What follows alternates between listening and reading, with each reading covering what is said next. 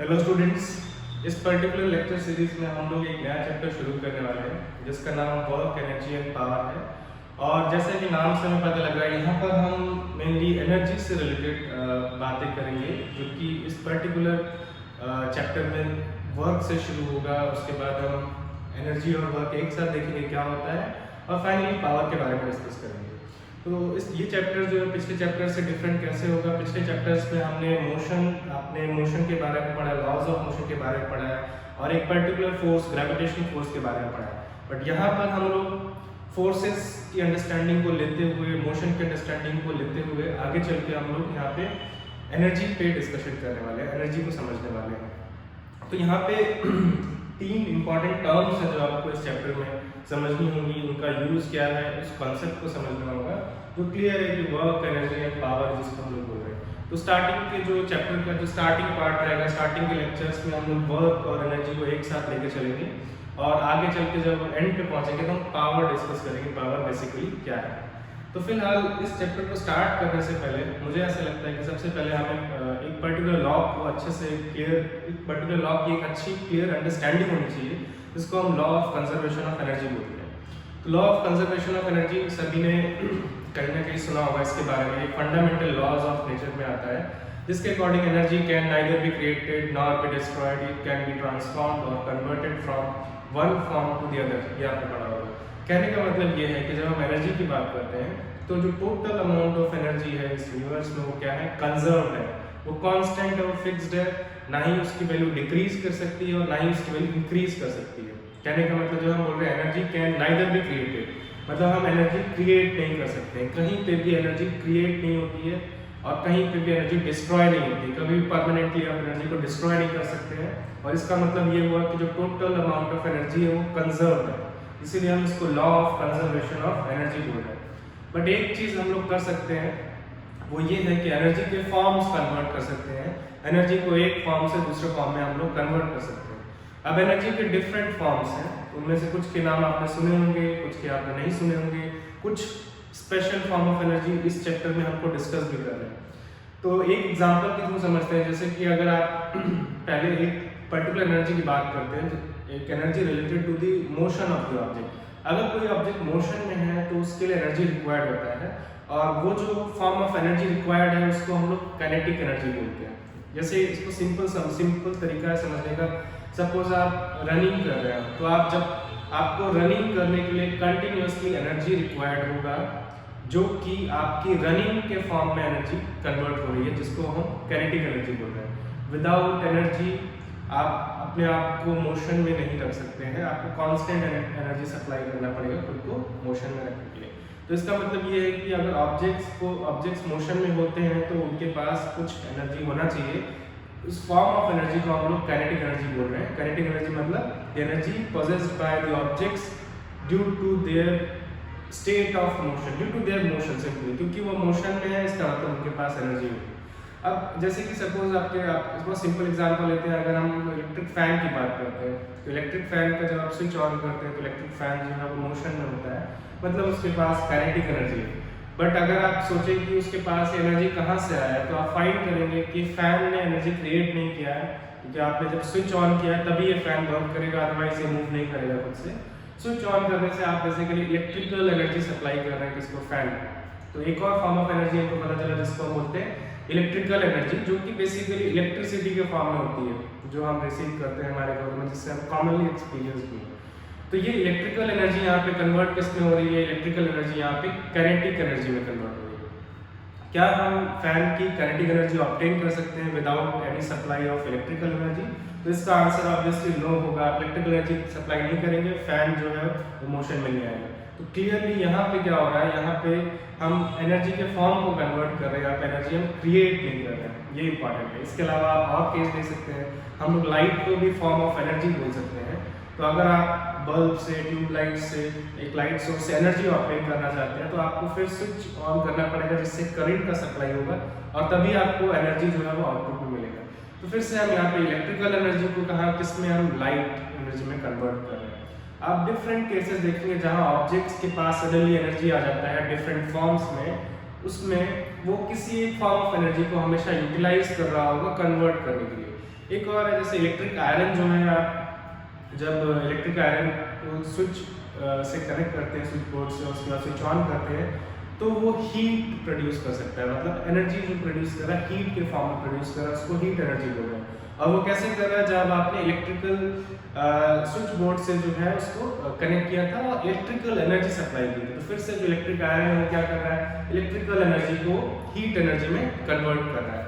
इस तरीके से आप डिफरेंट एग्जांपल्स अगर आप इमेजिन करने की कोशिश करेंगे, सोचने की कोशिश करेंगे, तो आप फाइंड करेंगे कि सभी केसेस में जहाँ पर भी ऑब्जेक्ट्स एनर्जी दिखाई दे रहा है कि ऑब्जेक्ट्स के पास एनर्जी आ गया है, वो एक्चुअल में एक फॉर्म ऑफ एनर्जी को कन्वर्ट कर रहे हैं दूसरे फॉर्म में।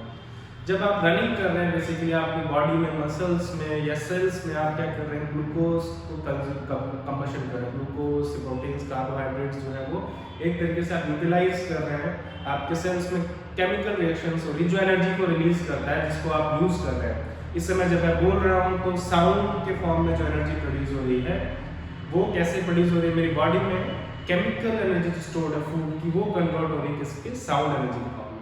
तो डिफरेंट एग्जांपल्स में एनर्जी जो है वो क्या एक फॉर्म से दूसरे फॉर्म में कन्वर्ट हो रहा है, ट्रांसफॉर्म हो रहा है, ऐसे बोल सकते हैं। तो ये हो गया law of conservation of energy पर डिस्कशन। इसका मतलब एनर्जी कहीं हम क्रिएट नहीं कर सकते हैं। नेक्स्ट हम लोग जब इस पर्टिकुलर टर्म की बात करते हैं वर्क, तो वर्क का मीनिंग क्या है एक्चुअली में, हम लोग यहाँ पे जब आप देखेंगे कि हमने जो यहाँ पे डिस्कस किया law of conservation of energy, उसका वर्क से क्या कनेक्शन है, उस पर हम लोग आएंगे। तो जब आप इस पे डिस्कशन करते हैं कि वर्क क्या होता है, तो काफ़ी सारे स्टूडेंट्स या काफ़ी सारे लोग ये सोच सकते हैं कि वर्क का मतलब हम जैसे किसी का ऑफिस वर्क या होम वर्क टाइप की बात कर रहे हैं, जो कोई काम कर रहा है सिंपली।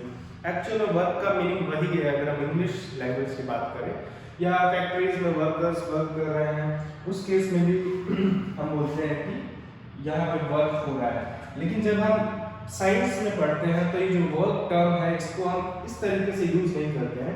एक्चुअल में ये दोनों एग्जांपल जो मैंने यहाँ दिए हुए हैं, ये सिर्फ ये रिप्रेजेंट करने के लिए है कि ये जो आपको इमेजेस में दिखाई दे रहा है वर्क, इनकी हम बात नहीं कर रहे हैं। यहाँ पे कुछ लोग कुछ काम कर रहे हैं और एक पर्सन जो शायद अपना ऑफिस वर्क कर रहा है या होम वर्क कर रहा है, इसकी बात हम ऑब्वियसली नहीं कर रहे हैं। हम लोग यहाँ पे साइंटिफिक कॉन्सेप्ट ऑफ वर्क की बात कर रहे हैं। तो हमने ये वर्क जो है इंग्लिश लैंग्वेज से वर्ड लिया है, बट इसका मीनिंग साइंस में डिफरेंट है। इसका मीनिंग क्या है वो हम डिस्कस करने वाले हैं। और वर्क का मीनिंग जो है यहाँ पे वो साइंटिफिक कॉन्सेप्ट जो है, साइंटिफिक कॉन्सेप्ट ऑफ वर्क जो है वो रिलेटेड है एनर्जी ट्रांसफर से। हम यहाँ पर एनर्जी ट्रांसफर की बात करने वाले हैं। तो ये बिल्कुल डिफरेंट है जिस तरीके से आप इस वर्ड को यूज करते हैं। आप इस वर्ड को कोई काम करने को, हिंदी में कार्य करने को वर्क बोलते हैं, बट हम उस बारे में बात नहीं कर रहे हैं। हम एनर्जी ट्रांसफर के बारे में बात कर रहे हैं। एनर्जी ट्रांसफर से रिलेटेड है ये टर्म। एनर्जी ट्रांसफर से कैसे रिलेटेड है, तो असल में क्या होगा, अगर हम ये सोचने की कोशिश करें कि अगर मुझे सपोज एक ऑब्जेक्ट से दूसरे ऑब्जेक्ट में एनर्जी ट्रांसफर करना है तो उसके लिए क्या करना होगा, तो आप फाइंड करेंगे। इसका एक एग्जांपल लेते हैं। सपोज एक ऑब्जेक्ट है जो कि ग्राउंड पे रखा हुआ है और आप जाके उसको पुश करते हैं। तो जब आप पुश कर रहे हैं, आप देख रहे हैं कि उसके बाद वो जो ब्लॉक है वो सडनली उसके पास एनर्जी आ गया है, क्योंकि वो मोशन में है। और मैंने बताया था अभी आपको, मोशन में अगर ऑब्जेक्ट होगा तो उसके पास जो एनर्जी होता है उसको हम लोग काइनेटिक एनर्जी बोलते हैं। तो इसका मतलब जब मैंने बॉक्स को पुश किया, बॉक्स को या टेबल को, किसी भी ऑब्जेक्ट को आपने अगर पुश किया है तो आपने देखा कि उसके पास काइनेटिक एनर्जी आ गया। फिर अभी हमने डिस्कस किया है कि एनर्जी क्रिएट नहीं किया जा सकता है। बॉक्स ने कहीं से एनर्जी क्रिएट नहीं किया होगा, सडनली एनर्जी क्रिएट होकर बॉक्स को नहीं मिल गया होगा। एनर्जी कहीं से ट्रांसफर हुआ होगा, कहीं से एक ऑब्जेक्ट से दूसरे ऑब्जेक्ट में ट्रांसफर हुआ होगा, एनर्जी का फॉर्म कन्वर्ट हुआ होगा। तो यहाँ पे अगर आप नोटिस करें, अगर सपोज मैं आपको बोलता हूँ हंड्रेड्स ऑफ बॉक्सेस को आपको पुश करना है, तो आप थोड़ी देर बाद जैसे ही आप 100 तक पहुँचेंगे आप काफ़ी टायर्ड फील करेंगे। इससे क्या पता चल रहा है कि जब आप बॉक्सेस को पुश कर रहे थे तो उनके पास जो काइनेटिक एनर्जी आ रहा है, बेसिकली वो आपकी बॉडी से ही एनर्जी वहाँ ट्रांसफर हो रहा है। तो इसका मतलब आप क्या कर रहे हैं, जब आप बॉक्सेस को पुश कर रहे हैं, बेसिकली आप एनर्जी को ट्रांसफर कर रहे हैं आपकी बॉडी से दूसरी बॉडी में या दूसरे ऑब्जेक्ट में। मतलब कि आप एनर्जी ट्रांसफर कर सकते हैं, और लेकिन इसके लिए कंडीशन है, और वो कंडीशन ये है कि आपको फोर्स अप्लाई करना पड़ेगा ऑब्जेक्ट्स पे। आपको ऑब्जेक्ट्स पे फोर्स अप्लाई करना पड़ेगा। आप फोर्स अप्लाई करके ऑब्जेक्ट्स में एनर्जी ट्रांसफर कर सकते हैं। इसके बहुत सारे एग्जांपल है। जब आप साइकिलिंग करते हैं तो आपको पैडल्स को पुश करना पड़ता है साइकिल को स्टार्ट करने के लिए। फिर से आप फोर्स अप्लाई करके साइकिल को बाइसाइकिल को काइनेटिक एनर्जी दे रहे हैं, और बाइसाइकिल को काइनेटिक एनर्जी कहाँ से मिल रहा है? वो आपकी बॉडी की एनर्जी जो ट्रांसफर हो रही है by the application of force. तो हम इस बारे में बात कर रहे हैं, यहाँ पे एनर्जी ट्रांसफर के बारे में बात कर रहे हैं कि कैसे एक ऑब्जेक्ट से दूसरे ऑब्जेक्ट में एनर्जी ट्रांसफर हो सकता है। यहाँ तक कि सपोज एक व्हीकल है, जैसे एक सिंपल एग्जांपल लेते हैं, कोलिजन का एग्जांपल है जहाँ पे दो ऑब्जेक्ट्स कोलाइड कर रहे हैं। जैसे बिलियर्ड्स का गेम होता है, पूल का गेम होता है, या कैरम आप खेल रहे हो, तो कैरम में क्या होता है, आप स्ट्राइकर जो रहता है उसको आप स्ट्रिक करते हैं, और जो बाकी पीसेज रहते हैं उनको जब स्ट्राइकर स्ट्राइक करता है तो पीसेज सडनली मोशन में रहते हैं। पहले वो पीसेज रेस्ट में थे और उसके बाद वो मोशन में आ गया, इसका मतलब उनके पास काइनेटिक एनर्जी आ गया। और वो कैसे आया? स्ट्राइकर ने उनको हिट किया। तो स्ट्राइकर ने जब उसको हिट किया, आपने उससे पहले स्ट्राइकर को हिट किया था। जब आपने स्ट्राइकर को हिट किया, आपने फोर्स अप्लाई किया, फोर्स अप्लाई करने से स्ट्राइकर को काइनेटिक एनर्जी मिला है। फिर से आपने एनर्जी ट्रांसफर किया है, small amount of energy required था। अब कभी आप टायर्ड फील नहीं कर रहे हैं, बहुत स्मॉल अमाउंट ऑफ एनर्जी आपने सप्लाई किया है। तो आपने स्ट्राइकर को हिट किया है, कुछ small amount of energy transfer हुआ टू द स्ट्राइकर। अब स्ट्राइकर के पास काइनेटिक एनर्जी है। अब ये स्ट्राइकर जाके जब दूसरे पीस को स्ट्राइक करता है, वो पीस भी मोशन में आ जाता है, और स्ट्राइकर की आपने नोटिस किया होगा स्पीड थोड़ी सी कम हो जाती है। इसका क्या मतलब है? स्ट्राइकर के पास जो काइनेटिक एनर्जी थी वो उसने किसी दूसरे पीस को ट्रांसफर कर दी है, और वो पीस जो है उसके पास अब वो काइनेटिक एनर्जी है। तो अगर उसने एनर्जी ट्रांसफर की है, स्ट्राइकर की एनर्जी कम हो जानी चाहिए, तो और वैसा ही होता है, इसलिए स्ट्राइकर जो है स्लो डाउन हो जाता है क्योंकि उसकी काइनेटिक एनर्जी कम हो गई है। फिर से यहाँ पे क्या है? By the application of force energy क्या हुआ है? ट्रांसफर हुआ है। तो ये वो सारे एग्जांपल्स हैं जहाँ पे फोर्स अप्लाई करके आप एनर्जी ट्रांसफर कर सकते हैं। या हम ऐसे बोले कि bye the application of force आप एनर्जी ट्रांसफर कर सकते हैं एक ऑब्जेक्ट से दूसरे ऑब्जेक्ट में, और हम इसी बारे में बात करने वाले हैं। तो एक्चुअल में जब हम बात करते हैं कि वर्क क्या है, तो work basically as a term जब हम यूज करते हैं तो वर्क हम इसी मेथड को बोलते हैं। It is the method by which energy can be transferred from one object to the other by the application of force.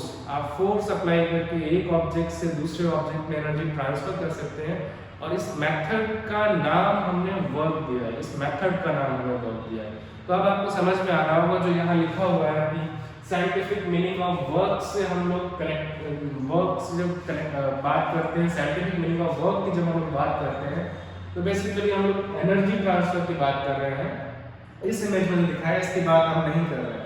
तो एनर्जी ट्रांसफर का क्या मतलब है? अभी हमने डिस्कस किया कि हम वर्क किसको बोल रहे हैं? एक मेथड को बोल रहे हैं जिसके थ्रू आप एक ऑब्जेक्ट से दूसरे ऑब्जेक्ट में एनर्जी ट्रांसफर कर सकते हैं bye the application of force. जिसके हमने काफी सारे एग्जांपल्स डिस्कस किए। आप भी काफी सारे एग्जांपल्स सोचने की कोशिश करना, लिखने की कोशिश करना, जहां पे आप फाइंड करते हैं कि bye the application of force एक ऑब्जेक्ट से दूसरे ऑब्जेक्ट में एनर्जी ट्रांसफर हो रहा है। यहाँ पे देखते हैं हम लोग, जैसे मैंने यहाँ लिखा हुआ work as a process of energy transfer. तो वर्क हम लोग इस तरीके से लिखते हैं, as a process of energy transfer देख रहे हैं, ये आप समझ रहे हैं। जैसे इस पर्टिकुलर इमेज में क्या दिखा देता है? एक पर्सन जो है कार्ट को पुश कर रहा है, उसकी वजह से कार्ट जो है मोशन में आ रहा है, तो ऑब्वियसली कार्ट मोशन में आ रहा है, कार्ट के पास काइनेटिक एनर्जी आ गया, और वहां से आया इस पर्सन की इस अंदर जो बॉडी में स्टोर्ड एनर्जी है वही ट्रांसफॉर्म हुई है कि इस कार्ट की काइनेटिक एनर्जी में ट्रांसफर हुई है इस कार्ट की एनर्जी। और इस वजह से अगर आप ऐसा कार्ट की स्पीड बढ़ाते रहते आप टायर्ड फील करेंगे अगर आप ऐसा करते हैं। तो फिर से bye the application of force यहाँ पे एनर्जी ट्रांसफर हो रहा है। साइकिलिंग का मैंने आपको जस्ट अभी एग्जांपल बताया। बाइसाइकिल के केस में आप अगर बाइसाइकिल पेडल्स को फास्ट तेज पुश करते तो आप फाइंड करेंगे आपकी बाइसाइकिल फास्टर मूव करती है। तो फिर से आप फोर्स अप्लाई करके बाइसाइकिल को एनर्जी सप्लाई ट्रांसफर कर सकते हैं जो कि काइनेटिक एनर्जी में यहाँ पे कन्वर्ट हो गई। इसके अलावा एक एग्जांपल और है, अगर मैं आपसे बोलता हूँ कि आपके पास हंड्रेड्स ऑफ बॉक्सेस जिनको आपको लिफ्ट करके सपोज टेबल पे रखना है, तो जब आप हंड्रेड्स ऑफ बॉक्सेस को लिफ्ट करके टेबल्स पे रखेंगे तो आप फाइंड करेंगे आप टायर्ड फील कर रहे हैं, ऑब्वियसली आप फाइंड करेंगे। या फिर आपको कुछ हैवी ऑब्जेक्ट है उसको ग्राउंड फ्लोर से सेकंड फ्लोर तक ले जाना है, तो आप उसको जब लिफ्ट करके ले जाएंगे तो आप टायर्ड फील करेंगे। इसका मतलब आपकी बॉडी की एनर्जी कंज्यूम हो रही है, बट वो एनर्जी कहाँ जा रही है? एक्चुअल में वो भी उन ऑब्जेक्ट्स में एक फॉर्म के एक डिफरेंट फॉर्म में सेव हो रही है एनर्जी, एक डिफरेंट फॉर्म में कन्वर्ट हो रही है। फिर से आप फोर्स अप्लाई करें, आपको बॉक्सेस को होल्ड करने के लिए फोर्स अप्लाई करके रखना पड़ेगा, और उसको लेके आप किसी हाइट तक ले जाते हैं, ग्राउंड फ्लोर से फर्स्ट फ्लोर तक, या सिंपली फ्लोर से आपने टेबल के ऊपर रखा उस हैवी ऑब्जेक्ट्स को, तो आप फाइंड करेंगे आपको एनर्जी ट्रांसफर, आपको एनर्जी कंज्यूम करना पड़ रहा है, लेकिन वो एनर्जी कहाँ जा रहा है? एक्चुअल में वो एनर्जी इस बॉक्स में स्टोर हो जा रहा है, उस ऑब्जेक्ट में स्टोर हो जा रहा है, लेकिन इस बार वो डिफरेंट फॉर्म में स्टोर हो रहा है, वो काइनेटिक एनर्जी में स्टोर नहीं हो रहा है, एक डिफरेंट फॉर्म में स्टोर हो रहा है, जिसके बारे में हम आगे चलकर पढ़ेंगे। ये इमेज सिर्फ इस चीज को रिप्रेजेंट करने के लिए कि आप फोर्स अप्लाई करके एनर्जी ट्रांसफर कर सकते हैं, लेकिन जरूरी नहीं कि एनर्जी हमेशा काइनेटिक एनर्जी में कन्वर्ट हो। कुछ केसेस में एनर्जी एक डिफरेंट फॉर्म में कन्वर्ट होती है, जिस एनर्जी के बारे में फिलहाल मैं आपको नहीं बताऊंगा, उसके बारे में हम आगे चल के डिस्कस करेंगे। बट जो इंपॉर्टेंट पॉइंट है वो क्या है कि bye the application of force आप एक ऑब्जेक्ट से दूसरे ऑब्जेक्ट में एनर्जी ट्रांसफर कर सकते हैं, और इस मेथड को हम लोग वर्क करते हैं। तो अगर मैं आपको शॉर्ट में बताऊं कि अगर आपसे पूछा जाता है वर्क क्या है, तो अगर हम वर्क को एज अ मेथड बोले तो वर्क एज अ मेथड क्या है? It is the method by which energy can be transferred from one object to the other by the application of force. Force apply करने से एनर्जी ट्रांसफर की जा सकती है। तो ये हो गया वर्क के बारे में। दूसरी चीज क्या है, अब हम इंटरेस्टेड हैं कि जब हम फोर्स अप्लाई करके वर्क करते हैं तो कितना अमाउंट ऑफ एनर्जी ट्रांसफर हुआ है, ये कैसे फाइंड करना है। तो कितना अमाउंट ऑफ एनर्जी ट्रांसफर हुआ है, इसको फाइंड करने का भी तरीका है, और वो हम कैसे कर सकते हैं वो हम देखने वाले हैं। क्योंकि हम इंटरेस्टेड हैं कि सपोज हमने एक ऑब्जेक्ट पे एक पर्टिकुलर फोर्स अप्लाई किया है, और फोर्स अप्लाई करने से ऑब्जेक्ट मूव करेगा, हम कितनी देर तक उस पर फोर्स अप्लाई करके रखे हैं उस पर डिपेंड करेगा कि उसमें कितना काइनेटिक एनर्जी ट्रांसफर होगा। इसको समझने के लिए सपोज आप एक ब्लॉक लेते हैं और उसको उस पर फोर्स अप्लाई करते हैं, उसको पुश करते जाते हैं, पुश करते जाते हैं, आप देखेंगे उसकी स्पीड बढ़ती जाएगी, बढ़ती जाएगी। इसका एक अच्छा एग्जांपल होगा, कभी कभी जो है व्हीकल जैसे कार्स जो है थोड़ा सा इंजन स्टार्ट नहीं होते तो उनको पुश करना होता है, तब कुछ लोग उनको पुश करना शुरू करते हैं तो फोर्स अप्लाई करते हैं, लेकिन जब तक वो जितना दूर तक वो फोर्स अप्लाई करके रखते हैं, जितना दूर तक वो फोर्स अप्लाई करके रखते हैं, उतना ज़्यादा कार की स्पीड जो है वो इंक्रीज करती जाती है। इसका मतलब अगर कार की स्पीड इंक्रीज कर रही है तो काइनेटिक एनर्जी बढ़ रही है, इसका मतलब उतना ज़्यादा एनर्जी ट्रांसफर हो रहा है। तो यहाँ से आपको एक चीज़, दो चीज़ें समझ में आती है। पहली चीज़ ये है कि एनर्जी ट्रांसफर करने के लिए फोर्स अप्लाई करना पड़ेगा, और दूसरी चीज़ ये है कि वो फोर्स जितने ज़्यादा डिस्टेंस तक आप अप्लाई करेंगे ऑब्जेक्ट के ऊपर, उतना ज़्यादा अमाउंट ऑफ एनर्जी ट्रांसफर होगा। लेकिन कितना अमाउंट ऑफ एनर्जी ट्रांसफर होगा एग्जैक्टली नेक्स्ट हम लोग वही देखने वाले हैं, या हम ये कह सकते हैं कि amount of energy transferred by the process work जो प्रोसेस है इसके थ्रू कितना अमाउंट ऑफ एनर्जी ट्रांसफर हुआ है वो कैसे कैलकुलेट करना है वो हम लोग देखने वाले हैं नेक्स्ट, ठीक है। और उसकी एक टर्म क्या है, तो ये सरप्राइज टाइप का है कि वर्क तो हमने देखा एज अ मेथड कि इस मेथड के थ्रू हम एनर्जी ट्रांसफर कर सकते हैं एक ऑब्जेक्ट से दूसरे ऑब्जेक्ट में, बट यही टर्म जो है हम लोग अमाउंट ऑफ एनर्जी ट्रांसफर के लिए भी यूज करते हैं। The amount of energy transferred by work, जिस मेथड से यानी कि वर्क के मेथड से कितना अमाउंट ऑफ एनर्जी ट्रांसफर हुआ है उसको भी हम लोग वर्क ही बोलते हैं, या कभी कभी इसको हम लोग बोलते हैं वर्क डन। तो अगर आपसे कहीं क्वेश्चन में पूछा जाता है, क्योंकि हम लोग आगे चल क्वेश्चन से सॉल्व करेंगे, डिफरेंट टाइप के प्रॉब्लम्स देखेंगे कि कितना अमाउंट ऑफ एनर्जी ट्रांसफर हुआ है, the amount of energy transfer find करना है, तो वहां पे क्वेश्चन में जनरली ऐसे नहीं लिखा होता है, क्वेश्चन में लिखा होता है find the amount of work done. तो amount of work done find करने का मतलब यही है कि कितना अमाउंट ऑफ एनर्जी ट्रांसफर हुआ है by the application of force from one object to the other. मेरे ख्याल से ये पॉइंट क्लियर होगा कि वर्क डन, या कभी कभी हम इसको सिंपली वर्क भी बोल देते हैं। इन दोनों वर्ड्स को हम दो तरीके से यूज करते हैं। एज अ प्रोसेस इसको हम बोलते हैं ये प्रोसेस है जिसके थ्रू एनर्जी ट्रांसफर किया जा सकता है by the application of force, और एज अ क्वांटिटी जिसको हम मेजर कर सकते हैं, कैलकुलेट कर सकते हैं, एज अ क्वांटिटी हम इसको बोलते हैं कि अमाउंट ऑफ एनर्जी ट्रांसफर, कितना अमाउंट ऑफ एनर्जी ट्रांसफर हुआ है उसको भी हम लोग वर्क ही बोलते हैं या वर्क डन बोलते हैं, ये ध्यान रखिए। तो वर्क डन कैसे फाइंड करें? सबसे पहले वर्क डन कैलकुलेट करने के लिए एक्चुअल में किसी भी केस में कितना अमाउंट ऑफ एनर्जी ट्रांसफर हुआ है उसके लिए आपको तीन चीजें चाहिए होंगी। एक, कितना फोर्स अप्लाई किया गया, the amount of force applied, the value of force applied, the magnitude of force applied on the object. Second जो है द डिस्प्लेसमेंट, स्मॉल एस से हम लोग डिस्प्लेसमेंट दिखा रहे हैं, उस फोर्स के अंदर ऑब्जेक्ट का डिस्प्लेसमेंट कितना हुआ है। जैसे कि आप उस ऑब्जेक्ट को फोर्स अप्लाई कर रहे हैं तो कितने दूर तक वो फोर्स अप्लाई किया गया है, सिंपल टर्म में देखें तो। और एक तीसरी जो इंपॉर्टेंट चीज होती है वो है फोर्स और डिस्प्लेसमेंट के बीच का एंगल भी इंपॉर्टेंट हो जाता है। अब इसको समझने के लिए ऐसे एग्जांपल भी हम समझते हैं। सपोज आपके पास एक ऑब्जेक्ट है, वो टेबल भी हो सकता है, और आप क्या करते हैं, इसमें इस पे फोर्स अप्लाई करते हैं इसको मूव करने के लिए। और ये चीज आप दो तरीके से कर सकते हैं। कैसे कर सकते हैं? या तो आप ये फोर्स जो है एक एंगल पे ऐसे अप्लाई कर सकते हैं पर्टिकुलर ऑब्जेक्ट को पुल करने के लिए, और या फिर आप फोर्स अप्लाई करेंगे एग्जैक्टली हॉरिजॉन्टल कर सकते हैं, बिल्कुल हॉरिजॉन्टल, जिस डायरेक्शन में आप उसको मूव करना चाहते हैं।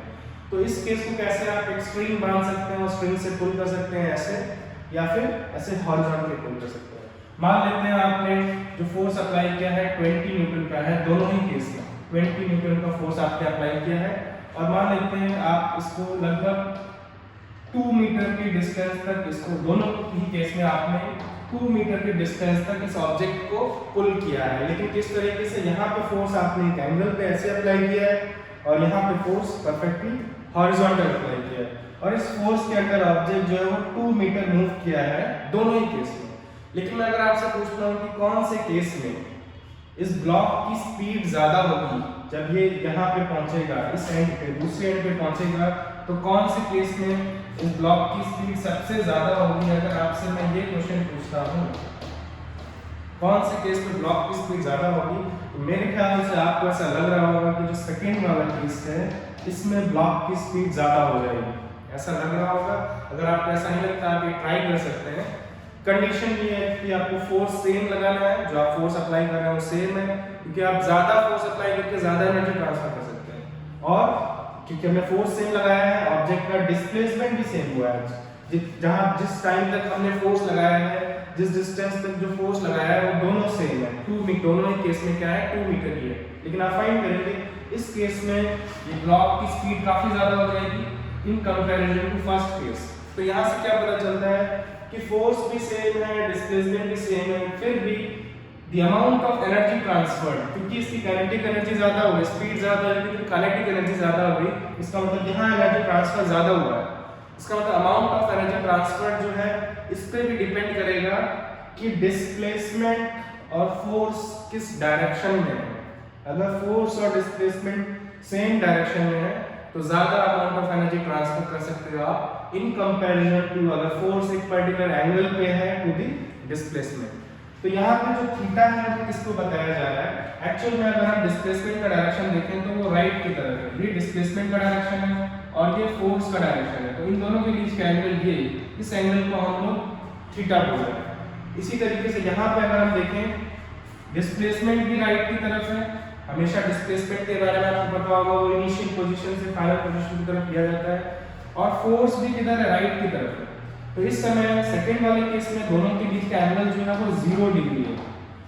तो फोर्स और डिस्प्लेसमेंट के बीच का एंगल क्या है वो इंपॉर्टेंट हो जाता है यहाँ पे, उसी को हम लोग थीटा बोल रहे हैं। जैसे ये यहाँ पे 45 हो सकता है, 60 30 हो सकता है, वो एंगल भी इंपॉर्टेंट हो जाता है, इसी को हम लोग थीटा बोलते हैं। तो अगर आपको ये तीन चीजें पता है, force, displacement and angle between force and displacement, तो आप amount of energy transfer calculate कर सकते हैं, जिसको हम लोग W से दिखाते हैं, और इसी को हम लोग बोलते हैं वर्क डन। वर्क डन या सिंपली वर्क, या तो हम इसको वर्क बोल देते हैं या work done, which is equal to force और डिस्प्लेसमेंट को आपको मल्टीप्लाई करना है। उसके बाद ये जो थीटा है उसका कॉस फाइंड करना, cos of that angle theta find करना है, तीनों को मल्टीप्लाई करना है, और जो भी आंसर आएगा वही हमारा क्या होगा? अमाउंट ऑफ एनर्जी ट्रांसफर का वैल्यू होगा। ठीक है, तो यहाँ पे इस क्लास से मैंने अभी तक आपको ये बताया कि वर्क क्या होता है और वर्क एज अ मेथड का मीनिंग क्या है, कैसे वर्क जो है वो scientific concept of work different है इंग्लिश मीनिंग से, और उसके बाद हमने देखा कि अमाउंट ऑफ एनर्जी ट्रांसफर, जो वर्क एनर्जी हम कैसे ट्रांसफर कर सकते हैं, law of conservation of energy, और अमाउंट ऑफ एनर्जी ट्रांसफर कैसे कैलकुलेट करना है।